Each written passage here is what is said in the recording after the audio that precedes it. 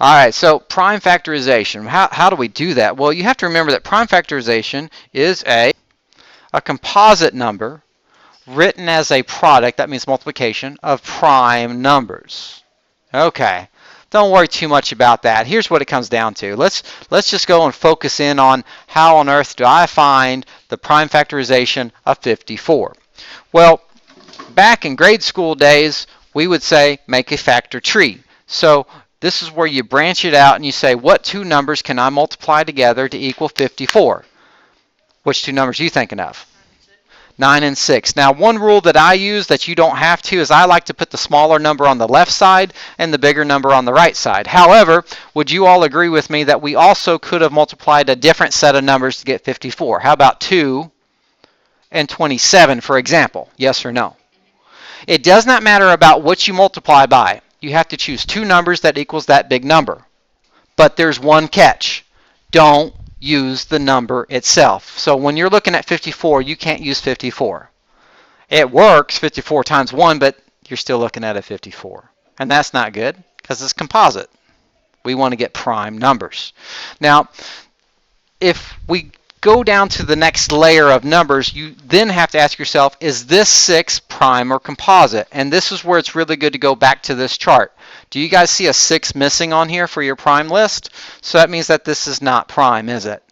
So we have to bust that one down. The same for 9. Is 9 prime? Let's go check for there. Is 9 prime? No, you can see right here between the 7 and 11, 9's missing. So that means that we now have to pull this down and we cover that up and we go, well, what can I multiply to get 6? Don't use 6. 3 and 2, right? Now remember, I like to write the smaller on the left and the bigger on the right. Now let's go over to the 9 here. Let's bust that one down. Let's break it down smaller. Don't use 9, but what two numbers can I get to get 9? 3 and 3. Now guys, is 2 a prime number? Circle it. We don't have to break that down any further. In fact, you can't. What about 3? Are 3 prime? So this one is prime, this one is prime, this one is prime. Have we ended our factor tree with prime numbers? So now we literally just have to take one little step and just rewrite it. 54 is the product of these prime numbers. Product means multiplied. I like you to write them in order of least to greatest. Your factor tree is usually going to be real messy and nasty, not in order. So when we come down here, you're going to write the top of your tree right here with a colon, and then I want you to go 2 times, how many 3's we got? So 3 times 3 times 3. Box it up. There's your answer right there. Now, I am going to take just a second here to show you that if you find a different way to multiply to get to that number than one of your buddies, you're still going to be okay. Is 2 prime? So I can circle this one, but is 27 prime? Again, you can always check, is 27 prime?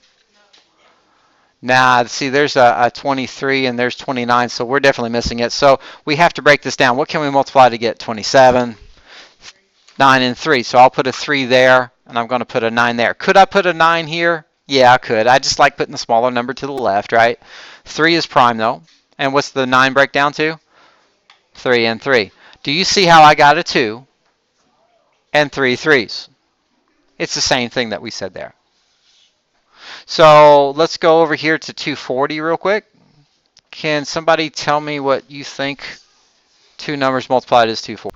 Yeah, I like 24 and 10, so let's use 24 and 10. I'll put 10 left and 24 on right. Is 10 prime? You can check your chart. Is 10 prime? Nah. What about 24? Is 24 prime? Absolutely not. What can I multiply to get 10? Am I allowed to use 10 and 1 there? No, because you can't use, like when we get to that spot, you can't use the number you're breaking down itself. You can't do that. Now, the 24, I can't use 24, but there's all sorts of ones. Let's just use, I don't know. Yeah, you can use 12 times 2. I'm going to use 4 times 6. You could use 3 times 8. You can do all of those. Is 2 prime? Yeah. Is 5 prime? What about 4? It's okay. It doesn't have to stop at the same level. You just keep going. What's 4 going to break down to? 2 and 2. And what's the 6 going to break down to? And again, you've got your prime charts. That way you know if you can stop or not, right? For anything under 1,000, that'll work for us. Now, guys, let's just rewrite our prime factorization of 240. How many 2's do we have here? So very carefully write them in. Do not use exponents, please. There's a reason I don't want you to. I don't want to go into details. Now, what about this 3? How many 3's? 1, 3, and how many 5's? That is the way we can find prime factorization. Raise your hand if this makes sense to you. Okay, if you can do this, I've got a way that I can teach you that gets you through GCF without having to list all the factors. That's the end of this one.